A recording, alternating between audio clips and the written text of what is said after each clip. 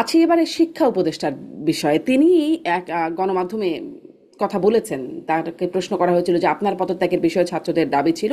তিনি বলছেন তার পদত্যাগের কোনো ইচ্ছা নাই, বা সিদ্ধান্ত তিনি নেবেন না, কারণ তিনি তার ভূমিকায় কোনো ব্যত্যয় দেখেন না তার কার্যক্রমে। এই তিনি বিষয়ে আপনি একটা কি একটা ব্যত্যয় করেছেন। তার উচিত ছিল এই সচিবের কথা না বলে তিনি নিজেই তো সিদ্ধান্তটা দেওয়া উচিত যে পরীক্ষা পরের দিন হবে কি হবে না। আর তার বিরুদ্ধে অভিযোগ এইটাই, পরীক্ষা কেন পরের দিন পিছাবে, যে এটা কেন আগে আগে বলে দিল না। আপনি চিন্তা করে দেখেন, এখানে কিছু আহ পরস্পর বিরোধী ব্যাপার আছে।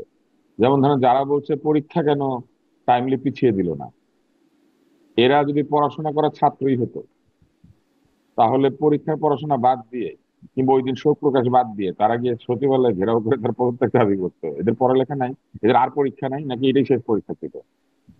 তো এরা কি আসলে আদৌ ছাত্র কিনা, বা যদি ছাত্র হয়ে থাকে এরা কি আসলে পরীক্ষায় পাশ করতে চায়, নাকি এসব হুজ্জত করে পরে অটো পাস নিতে চায়? কারণ এই সরকারের তো ঐতিহ্য আছে অটো পাস দেওয়ার। তো আমার অদ্ভুত ভাবে মনে হয়েছে যে একদল পরীক্ষার্থী, একটা পরীক্ষা হয় নাই কিন্তু কেন এটা সময় মতো বললো না, এই দাবিতে এসে সারাদিন ধরে রাস্তায় আন্দোলন করতো। এরা কি আদৌ পরীক্ষার্থী, এরা কি আসলে ছাত্র কিনা? বা আমি বুঝি না। আমি নিজে ছাত্র ছিলাম তো একসময়, আপনিও ছিলেন। আপনি এটা করতেন যদি আপনি দেখতেন যে আপনার পরীক্ষাটা একটা শোকাবহ ঘটনার মধ্যে দিয়ে পিছিয়ে গিয়েছে? যেটাই হোক, হুম। দেরি করে এখনকার পিছিয়েছে বা ছাত্র তো যেটাই আসলে হোক, অনেক আপনি কি কিছুই সারাদিন করছে ধরে যেটা এরকম আমরা করতেন? করতাম না। এখন কথায় কথায় নানান রকম চাপ, পরীক্ষা পেছানোর জন্য কেউ যায় না, কিন্তু যার অটো পরীক্ষা পাসের আছে, জন্য। যে সবাই পরীক্ষা চাপের দিচ্ছে, উপরেই রাখছে।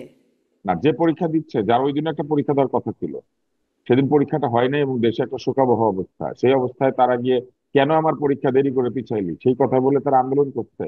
তাদের পরের দিন পরীক্ষা নাই, তাদের রেস্টের ব্যাপার নাই, তারা পরীক্ষায় পাশ করতে চায় না, পড়ালেখা নাই, নাকি সব পড়ালেখা মুখস্থ করে ফেলেছে, যে কোনো দিন পরীক্ষা দিতে পারে? মানে আপনি চিন্তা করে দেখেন, এটা অবাস্তব। তো আর এই যে অপরাধে বা যে অন্যায় তার পদত্যাগ চাওয়া হচ্ছে, এটা খুবই মামুলি।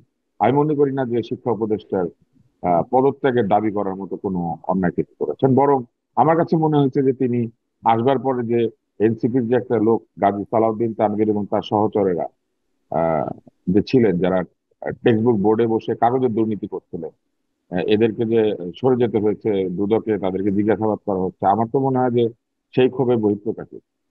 হুম।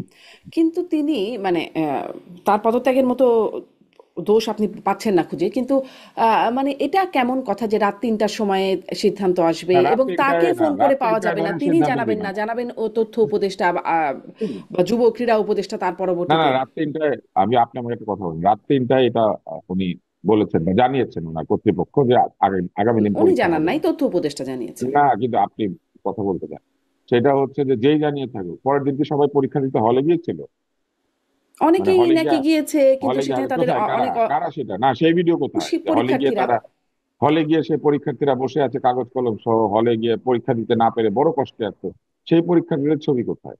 এগুলা আবোল তাবোল কথা। রাতের তিনটায় বললে কি, রাতের তিনটায় এর আগে কোনো কিছু হয় নাই?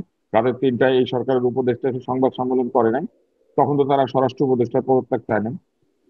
রাতের তিনটার সময় বাসার মধ্যে যখন স্বরাষ্ট্র উপদেষ্টা লোকজনকে ডেকে নিয়ে একটা প্রেস কনফারেন্সের নামে তামাশা করেছিলেন, তখন তো কেউ তার পদত্যাগ চায় না। এগুলা কোনো কথা না যে রাতের তিনটায় ঘোষণা দিতে হয়, সকালেও ঘোষণা কিন্তু দিতে আপনি পারে কি মনে করেন যে রাত্রে রাত পরীক্ষা ৩টার হবে সময় না। যদি সিদ্ধান্ত জানানো হয়, সব শিক্ষার্থীরা বুঝবে, জানবে যে না, তাদের বুঝলো পরীক্ষাটা বুঝলো স্থগিত না, হয়েছে? ধরেন হলে গিয়ে দেখলো পরীক্ষা হচ্ছে না, তাতে কি হয়েছে? এরা তো হলে গিয়ে দেখছে পরীক্ষা হয় নাই, তারপরে তো বাসায় গিয়ে পড়তে বসে নাই, তারপরে তো রাস্তার মধ্যে গিয়ে গন্ডগোল করছে।